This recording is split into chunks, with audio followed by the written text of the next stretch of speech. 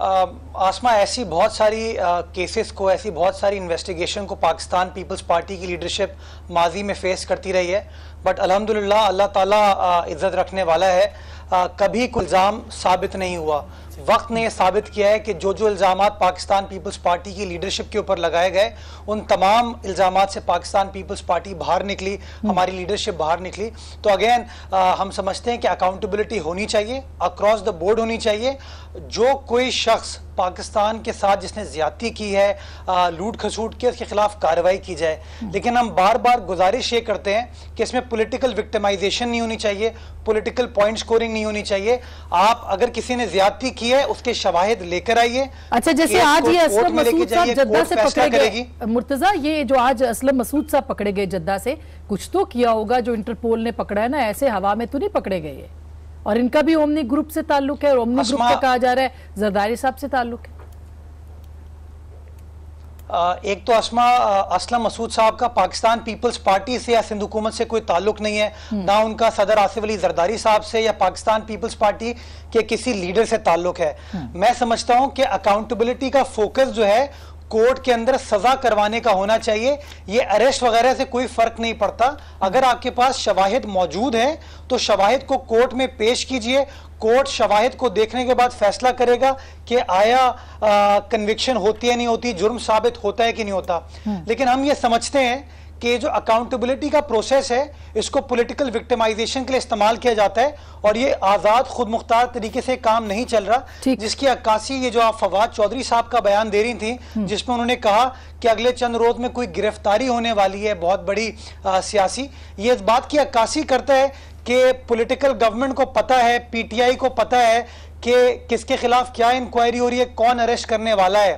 تو یہی وہ چیزیں ہیں جو شکوک و شبہات پیدا کرتے ہیں۔ لیکن میاں صاحب، میاں جاوید لطیف صاحب، مرتضیٰ یہ تو ان کو پتا تھا، یہ میاں صاحب یہ بات تو شہباز شریف صاحب کی گرفتاری سے پہلے بھی سننے میں آ رہی تھی کہ ان کو پتا ہے، وہ گورنمنٹ ہے، وہ ظاہر ہے کہ وہ چاہتے ہیں کہ اس کے اوپر عمل درآمد ہو، وہ مینڈیٹ لے کے آئے ہیں کہ کرپٹ لوگوں کو جو ہے عناصر کو وہ گرفتار کیا جائے اور کیفر کردار تک پہنچایا جائے، واپس رقم لائی جائے۔ لیکن آپ کیا کر سکتے ہیں؟ ظاہر ہے کیسز تو موجود ہیں، احتساب تو ہو رہا ہے، کس طرح سے اپوزیشن اکٹھی ہو سکتی ہے؟ کیا یہی وجہ ہے کہ اب آپ لوگ ایک صفحے پہ آنے کو تیار ہیں؟ آسما، بات یہ ہے کہ احتساب سے کوئی انکاری نہیں، مگر احتساب کا وقت، ضرورت ان چیزوں کا انتخاب کرنا اور سلیکٹڈ لوگوں کا ایک شارٹ لسٹ اپنی مرضی سے کرنا اور جن کا چاہے احتساب کرنا اور جن کو چاہے چھٹی دے دینا، یہ پاکستانی قوم کو قبول نہیں ہے۔ کیوں؟ اس لیے کہ مجھے یہ بتائیں کہ جن کا آپ آج ذکر کر رہی ہیں، ان کے علم میں یہ بات نہیں کہ عمران سے لے کر اور اسپیکر پنجاب اسمبلی تک سب کے سب جو ہیں نیب زدہ ہیں، سب کے سب لوگوں کا کیس نیب میں موجود ہیں، تو کیا وجہ ہے کہ یہ نیب زدگان جو ہیں ان پر کوئی انگلی نہ اٹھائے، ان کے نیب کے چیئرمین کو یہ خود بلائیں، ان سے ملاقاتیں ہوں نیب زدگان کی، مگر دوسروں کو یہ وارن کریں کہ اگر آپ نے یہ بات کی تو فلاں وقت آپ کو پکڑ لیا جائے گا۔ ابھی جو بات میرے مولانا صاحب بھائی کر رہے تھے، 70 سالوں میں کیا ہوتا رہا ہے؟ 70 سالوں میں یہی چیزیں تو ہوتی رہی ہیں کہ احتساب کے نام پہ اور اس کے بعد کرپشن کے نام پہ، اس کے بعد غداری بغاوت کے نام پہ مقبول لیڈرشپ کو ہٹایا جاتا رہا ہے۔ مگر میاں صاحب آپ کریں گے کیا؟ مطلب سوال تو یہ ہے کہ یہ تو وہ بالکل سر یہی تو نیریٹو، یہی نیریٹو لے کے پی ایم ایل ایم نکلی تھی نا، یہی نیریٹو، وہ اس نیریٹو پہ تو اب میاں صاحب ابھی تک نہیں بات کر رہے، تو اب کیا کریں گے اگر 31 اکتوبر آتی ہے؟ آپ لوگ اکٹھے مل بیٹھتے ہیں، کیا میاں صاحب آئیں گے، کیا زرداری صاحب آئیں گے اور بیٹھیں گے اور کہیں گے کہ یہ پولیٹیکل وکٹمائزیشن ہو رہی ہے؟ دیکھیں، اب دو چیزوں کو مکس کیا جا رہا ہے۔ جب ہم یہ بات کرتے ہیں، سب سے پہلی بات تو یہ ہے کہ یہ اس میں کوئی شک نہیں کہ 25 جولائی کو جو پاکستان کے اندر فیصلے کیے گئے، جو نتائج لیے گئے، یہ پوری دنیا کو عیاں ہے۔ مگر آج جو مسلم لیگ یا باقی دیگر جماعتیں اپوزیشن کی اکٹھی ہوتی ہیں، تو خدا کے لیے یہ مت دیکھا جائے کہ یہ دھاندلی کی وجہ سے اکٹھے ہو رہے ہیں یا اپنے کیسز بچانے کے لیے، جس طرح یہ بار بار کہا جاتا ہے۔ اچھا عباسی صاحب، اب یہ ٹھیک سر، بالکل بالکل، اب یہ اکٹھے ہوں گے تو اب ظاہر ہے کہ دیکھیں گے کہ وہ کیا لائے عمل بناتے ہیں۔ ایک سیکنڈ جی جی آسما، ایک سیکنڈ جی میاں صاحب، میں گزارش کروں گا کہ آج کٹھا ہونا کیوں پہلے سے بھی زیادہ ضروری ہے، 25 جولائی سے بھی زیادہ آج کیوں ضروری ہے؟ اس لیے کہ اناڑی لوگوں کے ہاتھوں میں یہ ریاست پاکستان آ گئی ہے. اگر ہم آج نہ بولے تو خدا نہ خواستہ ریاست تب ابھی جو جن اناڑی لوگوں کی آپ بات کر رہے ہیں آج ابھی خبر یہ بریک ہو رہی ہے، ابھی خبر بریک ہو رہی ہے کہ سعودی عرب نے 3 ارب ڈالر جو ہے پاکستان کے بینکوں میں رکھوانے کا فیصلہ کر لیا ہے. بھائی صاحب یہ فیصلہ جو ہے بہت بڑا فیصلہ ہے، پرائم منسٹر گئے بھی اتنا بڑا وہاں پہ واقعہ ہو گیا، ہم نے کوئی مذمت نہیں کی، کرنی چاہیے تھی انسانی حقوق کی بنیاد پہ. تو کامیابی آپ کے خیال میں ہو گئی اگر یہ 3 ارب ہمیں مل جاتے؟ شرائط کیا ہے سر وہ بتائیں گے؟ بہت شکریہ. میں تو اس سے پہلے یہ خوشی خبر ہے پاکستان کو، جن لوگوں نے پچھلے 10 سال میں لوٹا آج وہ اکٹھے ہو رہے ہیں اور وہ کوشش کر رہے ہیں کہ کوئی ایک انسان آیا بچانے کے لیے تو یہ نہ رہے اور یہ کسی طرح ڈی سٹیبلائز ہو. بہرحال یہ ان کی باتیں اپنی، ہم اپنا کام کر رہے ہیں اور انشاءاللہ یہ ہمیں تو یہ پہلے الیکشن سے پہلے پتا تھا کہ پاکستان کی تاریخ اٹھا کر دیکھ لیں، پچھلے 10 سال میں جتنا پاکستان لوٹا گیا، بچہ کہے گا، international reports, local reports, political reports, ان کی تقریریں ان کے لیے کہ جی سب سے بڑا چور نواز شریف ہے، ان کی تقریریں ان کے لیے کہ اس کا پیٹ پھاڑ کے میں پیسے نکالوں گا. آج مسئلہ کیا ہے؟ پہلی دفعہ یہ دونوں ان کے دم پہ پاؤں آ گئے. اب جتنی یہ باتیں کر رہے ہیں مجھے افسوس ہو رہا ہے. یہ غلط بات ہے. دوم کیا مطلب؟ کوئی غیر پارلیمانی لفظ نہیں ہے. میں یہ سمجھتا ہوں کہ آج جو باتیں یہ کر رہے ہیں جمہوریت کو خطرہ ہے. کس بات کا خطرہ ہے جمہوریت کو؟ وہ کہہ رہے ہیں جمہوریت ہے ہی نہیں، خطرہ تو بات کی بات ہے، کہہ رہے ہے ہی نہیں، ان کی جمہوریت نہیں. میری بات میں کوئی آپ کی اخلاقی جواز ہے؟ آپ لوگوں کی جب حکومت تھی ہم نے کہا دھاندلی ہوئی، 4 سال آپ لوگ چھپتے رہے، ہم نے گریبان پہ ہاتھ رکھے، آپ سے کمیشن بنوایا. آپ آئے ایک دفعہ آپ نے چوں کی، ہم نے کمیشن بنا دیا، جاؤ ثابت کرو. سینیٹر لگا دیے، اسمبلی کے ممبران لگا دیے، جاؤ ہمت کرو ثابت کرو کہ دھاندلی ہوئی ہے، کس جگہ پہ کدھر دھاندلی ہوئی ہے. اس کے بعد الیکشن سے پہلے ویسے وہ جو پری پول ریگنگ ہے اس کا تو پورا انٹرنیشنل میڈیا کہتا رہا. عمران خان کشکول لے کے ان لوگوں کا ظلم کیا اس قوم کے ساتھ، اس کو کاؤنٹر کرنے کے لیے نکل رہے ہیں. کیونکہ سر ہمیں امید تھی کہ وہ چندہ لے لیں گے پاکستانیوں سے، لیکن اوورسیز پاکستانیوں نے پیسہ آپ کو نہیں دیا. آسما یہ اس کا جواب دیں کہ کیوں پاکستانی آپ پہ اعتبار نہیں کرتے؟ ہفتوں میں دنوں میں نہیں ہوتے. عمران خان بیٹھے ہوئے ہیں، ابھی بیوروکریسی لگ رہی ہے، منسٹرز لگ رہے ہیں، چیزیں ہو رہی ہیں، 50 دن میں ان کو آگ لگ گئی ہے. ایک بات جو ابھی تک ہوئی ہے ان کا ریاکشن، مجھے ایک پالیسی بتا دیں آسما جو پاکستان کے مفادات کے خلاف عمران خان نے سٹیپ لیا. ٹھیک ہے بھئی، 3 ارب ڈالر کن شرائط کے اوپر؟ 3 ارب ڈالر شرائط بتائیں عوام کو کہ کن شرائط پہ آپ نے سعودی عرب سے پیسے مانگے ہیں. 1.5 ارب آیا تھا یہ پی ایل این کے زمانے اور ہم نے سوال اٹھایا تھا. کل 5 بجے پی ایم نے میٹنگ رکھی ہوئی ہے، ہمیں بھی بلایا ہوا ہے. ٹھیک، وہ شرائط بتائی جائیں گی، لیکن ان شرائط سے بہت بہتر ہوں گی جو آئی ایم ایف کی طرف سے ہیں. آئی ایم ایف آپ سے اکنامک اور کچھ اکنامک بھی شرائط رکھنا چاہتا ہے، کیونکہ ان لوگوں نے مانگ کے یہ 13ویں دفعہ 14ویں دفعہ ہم جا رہے ہیں، مانگ کے اس ملک کا وہ حال کر دیا. آسما اندرونی ہمارے پروگرام پہ فواد چودھری صاحب کہہ چکے ہیں کہ یہ جو شرائط سعودی عرب اور ہمارے دوست ممالک دے رہے ہیں وہ ہمارے لیے قابل قبول نہیں ہیں. تو بتایا جائے کہ وہ کون سی ایسی شرائط تھی جو قابل قبول نہیں تھی. ایک دن 24 گھنٹے انتظار کر لیں، کیونکہ وہ ادھر بیٹھے ہوئے ہیں. اب میں یہاں پہ کوئی خودی شرائط کو وہی تو نہیں نازل ہوئی، وہ آئیں گے تو میں شرائط آپ کو بتاؤں گا اور قوم سے بتائیں گے یہ عمران خان ہے، یہ نواز شریف نہیں ہے جس کے باہر بھی اثاثے ہیں اور وہ ڈیل کر رہیں گے یا ان کے کاروبار ہیں یا جن کے وزیر خزانہ بھاگے ہوئے ہیں. اس ملک کا بیٹا ہے، اس ملک میں آئے گا اور جس کرائسس میں ان ظالموں نے اس ملک کو ڈالا ہے انشاءاللہ وہی نکال کے. چلے اللہ کرے کہ یہ ہو سب کچھ، لیکن جو ایک سیاسی انتقام کی بات ہو رہی تھی اس کے اوپر ہم ضرور بات کریں گے، اور اپوزیشن کر کیا سکتی ہے، لائے عمل کیا ہوگا، اس کے اوپر ضرور بات کریں گے بریک کے بعد.